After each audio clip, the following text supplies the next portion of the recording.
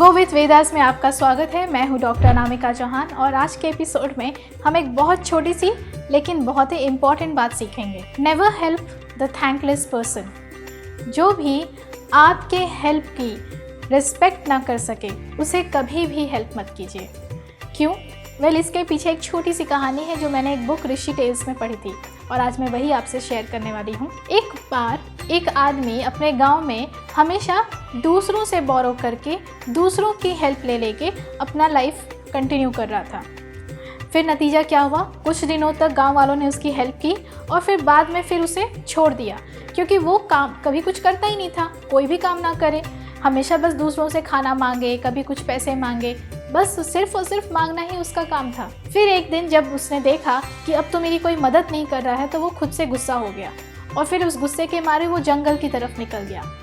जंगल में जाते ही कुछ दूर पे उसे एक ऋषि मुनि मिले जो कि काफ़ी हैप्पी और शांत स्वभाव के लग रहे थे, क्योंकि ऑफ कोर्स उन्होंने काफ़ी सारी मेडिटेशन भी की थी, राइट। तो फिर इस आदमी ने सोचा मुझे अब इन गुरु और ऋषि के शिष्य बन जाना चाहिए, आज से यही मेरे गुरु हैं। और फिर वो उनके पीछे हो लिया। उनके साथ रहते रहते जब भी उन्हें भूख लगती थी तो ऋषि के पास एक छोटा सा मिट्टी का कमंडल था, तो वो उसमें अपना एक हाथ ऐसे डालते और खाने के लिए हमेशा उसमें से खाना मिल जाता था। तो ये देख के वो आदमी बहुत ही खुश हुआ। उसने कहा कि अरे वाह, ये कमंडल तो बड़े काम का है, इसमें बस हाथ डालो और खाना मिल जाता है। ऐसे ही कुछ दिन उसने निकाले और फिर एक दिन जब वो थक गया जंगल में उनके पीछे पीछे घूमते हुए, उसने कहा कि अब मैं आपसे विदा चाहता हूँ और जाने से पहले लेकिन मुझे आपसे कुछ मांगना है। तो ऋषि ने बोला लेकिन मेरे पास तुम्हारे देने के लिए कुछ भी नहीं है, फिर मैं तुम्हें क्या दे सकता हूँ? तो उसने कहा आपके पास ये जो कमंडल है मुझे वो चाहिए। इस मिट्टी के जार में जब भी मैं अपना हाथ डालूंगा तो मुझे खाना मिल जाएगा। तो ऋषि ने बोला ठीक है, अब जब तुम्हें यही चाहिए तथास्तु, ये लो। उन्होंने ये कमंडल उसे दे दिया।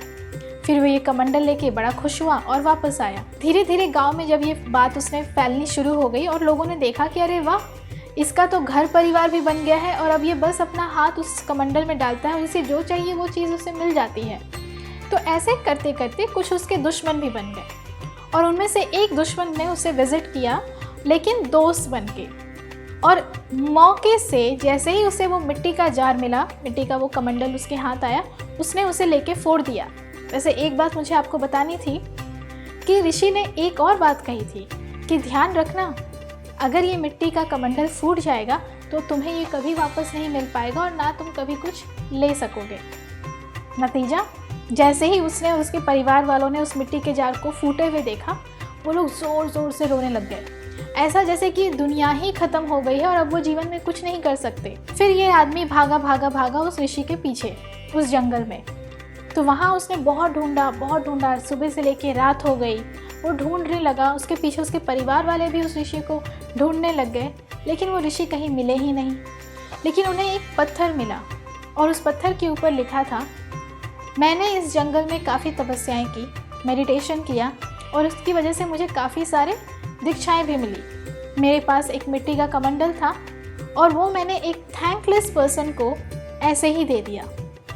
उसकी वजह से आज मैं भूखा हूँ और इसीलिए अब मरने के कगार पे हूँ और शायद बहुत जल्द मेरी मृत्यु भी हो जाएगी। आपने समझा इस कहानी का मतलब?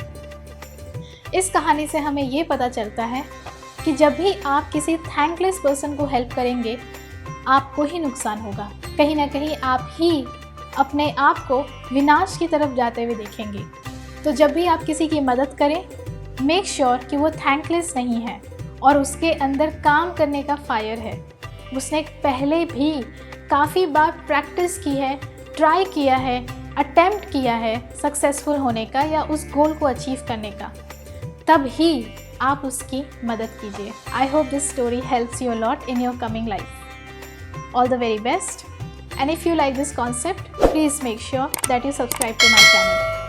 All the best.